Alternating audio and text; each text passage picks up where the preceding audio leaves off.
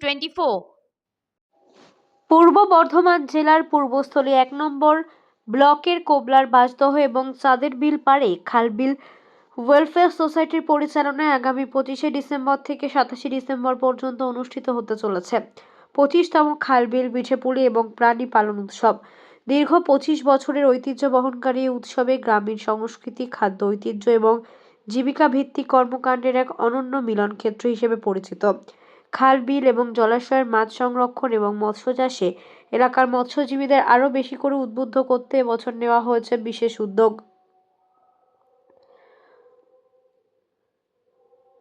উৎসবে বিশেষভাবে গুরুত্ব পাচ্ছে পেন কালচারের ব্যবহার এবং মৎস্য চাষের গুরুত্ব। এর মাধ্যমে খাল, বিল, জলাশয়কে আরও কার্যকরভাবে কাজে লাগিয়ে মাছ উৎপাদন বৃদ্ধি এবং মৎস্যজীবীদের আর্থিক উন্নয়নের ওপর জোর দেওয়া হচ্ছে।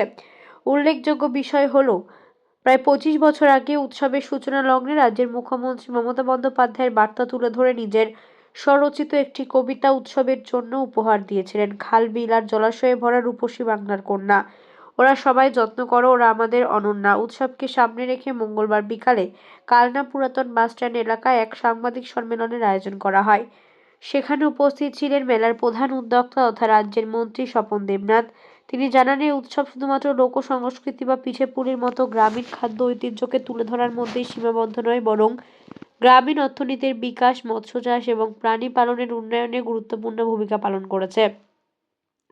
এদিন বিকালে পূর্বস্থলী 1 নম্বর ব্লকের বড় কোবলা এলাকায় উৎসব উপলক্ষে এক বর্ণাঢ্য শোভাযাত্রা অনুষ্ঠিত হয়। শোভাযাত্রাটি সমুদ্রগড় পঞ্চায়েতের সাধুর আশ্রম থেকে শুরু করে বড় কোবলা কচুরিপানা শিল্প পর্যন্ত অগ্রসর হয়। গ্রামীণ সংস্কৃতি এবং লোকজ ঐতিহ্যের নানা রঙে রাঙানো এই শোভাযাত্রায় অংশ নেন বহু মানুষ। শোভাযাত্রায় উপস্থিত ছিলেন রাজ্যের মন্ত্রী স্বপন দেবনাথ, পঞ্চায়েত সমিতির সভাপতি দিলীপ মল্লিক, জেলা পরিষদের সদস্য অপর্ণা মুন্সি সহ অন্যান্যরা। আপাতত 41,000 কেজি বর্গটা করা হচ্ছে, মাছদা বিলে হচ্ছে 41,000 বর্গ ফুট জলা বলছে। আচ্ছা, ওইটা মানে কি হবে অ্যাকচুয়ালি? ওখানে কি মাছ, এখানে যে এই যে চারা পোনা ছোট ছোট সেই পোনাটা ছাড়া ওই ঘেরা জায়গাটা, এটা তো বড় হবে, বলে দিয়ে আবার প্রসেস, অনগোয়িং প্রসেস, এটা আবার বিলে ছেড়ে দেওয়া হবে। এইরকমই চলতে থাকবে আর কি। এটা তো মাছ দাও বিলেতেই হচ্ছে। বিলের একটা অংশ তো ঘেরা হলো, এই চারা পোনাটা হলো, তো এই চারা পোনা একটু যখন ঘরে মাছে আবার ওই হবে, আবার ছাড়া হবে, এইভাবেই প্রসেসটা চলবে।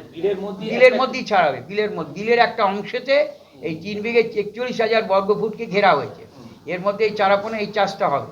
এতে হবে কি, তাহলে মাছের উৎপাদন তো হচ্ছে, তাই ওটা আবার বিলেতেই যাবে, বড় হবে। এটা এবারে 2.5 লক্ষ ছাড়াও বিলের মধ্যে এমনি আরও 1 লক্ষ মাছ ছাড়া হচ্ছে এই চারা পোনা ছাড়াও। এর আগে 1 লক্ষ হচ্ছে, এখন 1 লক্ষ, 2.5 লক্ষ, মোট 4.5 লক্ষ। আর আমরা মুড়িগঙ্গাতেও প্রজেক্ট ফাইনাল হয়ে গেছে, মুড়িগঙ্গাতেও কিছু মাছ ছাড়ছে। মৎস্য দপ্তরই করছে। মৎস্য দপ্তরই করছে। পেন কালচারের ইয়েটা কি, মানে আপনার টার্মটা মানে এটা হচ্ছে ঘেরা পদ্ধতিতে মাছ চাষ। ঘেরা পথ আবার মনে পড়ে, ছোটোবেলায় সে আমরা ডোবা ফোয়াতে জিবলি ডাল ফেলে রাখতো না বাড়িতে, গায়ে জিবলি ফেলতো না, বাবলার ডাল, যেটা মাছের খাবারই হতো। ওই এটা একটা ঘেরা পদ্ধতিতে মাছ চাষ। পেন কালচার কি ওই মানে ডিম পোনা না চারা পোনা? চারা পোনা দেবে, চারা পোনাই দেবে। আচ্ছা, মানে দিয়েছে অলরেডি কি ফেলে দিয়েছে? না, সেদিন আমরা উদ্বোধন, এবং ঘেরা টেরা কমপ্লিট। এই ষষ্ঠী পাঠিয়েছে, এই ষষ্ঠী কোথায় ছবিটা দেখি, ঘেরা টেরা কমপ্লিট। আচ্ছা, এখন সেই দিন আমরা আনুষ্ঠানিকভাবে উদ্বোধন চাষ। এবার 25তম খাল, বিল, চুনো মাছ, পিঠেপুলি, প্রাণী পালন উৎসবে মাছদা বিলেতে এই পেন কালচারে মাছ চাষের উদ্বোধন হবে। আমাদের উদ্দেশ্য তো জলাভূমিকে রক্ষা করা, জল সম্পদকে কাজে লাগানো, মৎস্যজীবীরা উপকৃত হবে, মানুষের মাছের যে চাহিদা থাকে, আমাদের বিশেষ করে চুনো মাছের ওপর গুরুত্ব দিয়ে সে পূরণ করা, আবার এই মাছদা বিলের জলকে সেচের কাজে লাগানো, আর প্রাকৃতিক পরিবেশের ভারসাম্য বজায় রাখা, সৌন্দর্যায়ন করবার এই উদ্দেশ্য নিয়ে খাল, বিল উৎসব আমরা এই প্রথম আমাদের বর্ধমান জেলায় এই প্রথম, আর কোথাও হয়েছে বলে জানা নেই। আর এই খাল বিলে যে উৎসব, এই যে এতদিন ধরে করে আসছেন, এই বছরের সংযোজিত কি থাকছে, কারা কারা আসছে বা কি বিষয়? ও আর দেখুন, আমরা আর্টিস্ট পার্টির ওই ঘুরতে খুব একটা দিচ্ছি না, তবে ওই একটা মেয়ে আসবে বলেছিল, এমনি ওই টিভি সিরিয়াল করে, তার নাম হচ্ছে কি গীতা এলএলবি বলে কি আছে একজন, জানেন, গীতা এলএলবি বেটি আছে। এছাড়া আমাদের মৎস্যমন্ত্রী বিপ্লব রায় চৌধুরী আসবেন, আমাদের পঞ্চায়েত গ্রাম উন্নয়ন মন্ত্রী প্রদীপ মজুমদার, এছাড়া আমাদের বিশ্ববিদ্যালয়ের তীর্থঙ্কর দত্ত, মৎস্য প্রাণী বিজ্ঞান বিশ্ববিদ্যালয়ের উপাচার্য, আরও অধ্যাপকেরা, গবেষকরা আসবেন। তাছাড়া আমাদের ডিএম থাকবেন, আমাদের এসপি থাকবেন, আমাদের বিধায়ক, কাছাকাছি যে দুই বিধায়ককে আমন্ত্রণ জানানো হয়েছে, দেবপ্রসাদ বাগ, তপন চ্যাটার্জি, এদের বলা হয়েছে আসবেন। সকালবেলা থেকেই মানে বাউলের গীতি দিয়ে হ্যাঁ, শুরু সকালবেলা হবে? সানাই দিয়ে শুরু হয় তো, আচ্ছা। আর সারাদিন চলবে 3 দিন। এই আর- পেন কালচারে খরচ কেমন হবে? বললাম তো আপাতত 5 লক্ষ টাকা, 5 লক্ষের কিছু, সবটাই কি আপনার ওই যারা এবং তাতে আমার নাম দিয়েছে এরা। উদ্যোগে ও সক্রিয় প্রচেষ্টায় পূর্বস্থলী 1 নম্বর উন্নয়ন ব্লকের কোবলা চাপাটি অঞ্চলে প্রায় 41,000 বর্গফুট জলাভূমিতে আধুনিক পেন কালচার গড়ে তোলা হয়েছে। এলাকার প্রধান সমস্যা ছিল বিলটি নদীর সঙ্গে সংযুক্ত থাকায় বর্ষাকালে নদীর জলস্তর বৃদ্ধি পেয়ে বিলের ভেতরে ঢুকে পড়ত এবং পরে আবার বেরিয়ে যেত। এই অনিয়ন্ত্রিত জল চলাচলের ফলে চাষের মাছ বিল থেকে বেরিয়ে যেত এবং যথাযথ জল ধারণ না হওয়ায় দীর্ঘদিন ধরে জলাভাগের বড় অংশই অব্যবহৃত এবং অউৎপাদনশীল অবস্থায় থেকে যেত।